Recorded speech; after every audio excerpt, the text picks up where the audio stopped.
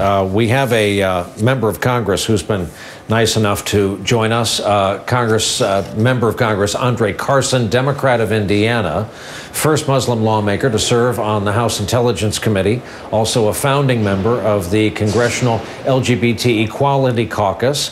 Congressman, thank you very much for coming in. What's your biggest concern today? And I assume you've heard all of what's in our political dialogue today? Well, I must say, Brian, thank you for having me on your show. My heart goes out to the victims and their families, first and foremost. But secondly, I think now is the time for us to seriously talk about creating safe spaces.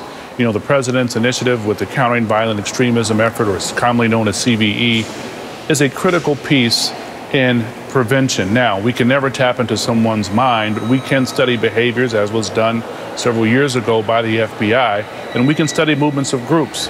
It is clear that there are many people in this country who are becoming self-radicalized, and that self-radicalization is often hard to detect. So we need community stakeholders to play a big role. Imams, rabbis, pastors, psychologists, educators, parents, and even friends to basically, if you see something, say something. And I think it's important now more than ever that the law enforcement community is given the chance to work cooperatively as they are doing to make sure these things don't happen in the future. And yet you can see seeds of that earlier in this man's life, elements of the FBI, the system working as it was designed to. He makes an untoward comment about radicalization at work. For 10 months they're on him, including an undercover in his life. But then, lacking evidence, we know what happened there. And then, without connecting the dots, he's able to purchase firearms. Absolutely. After he was taken off of the list, a couple of years later, we saw this incident happen, unfortunately. And so, again, we can never tap into someone's mind. But that is not to say that our current gun laws were not complicit in some way into contributing to this kind of environment. No matter where we stand on the Second Amendment, it is obvious that we cannot allow assault weapons to get into the hands of bad guys. And so, if our laws were tighter, could he have gotten this on the black market or underground? Perhaps, but it would have been very difficult for him to do so.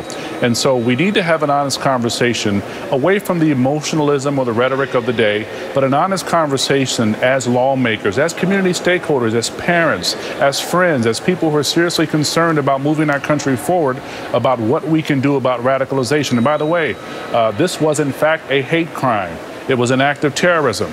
Terrorism and hate, no one has a monopoly on that. It can come from anywhere. But as concerned citizens, we have to come together to push our country forward. And Congressman, one last question about political correctness. It's at the center of the debate about Islam and America. And on the other side from you ideologically, there are people who are saying it's just going to kill us. Well, I think that there is a space to talk about those who identify or who claim to be Muslim or Christian or Jewish or whatever, and who commit terrorist acts for political purposes. And so I don't think that we need to be obsessed with a kind of or a certain phraseology that will distract us from the real issue, and that is radicalization and the expansion of influence from some of these terrorist groups, many of them homegrown, and many of them don't claim to be Muslim. They identify themselves with other belief systems as well. Congressman André Carson, Democrat of Indiana, thank you very much for coming on the broadcast today. Thank you, sir. All right.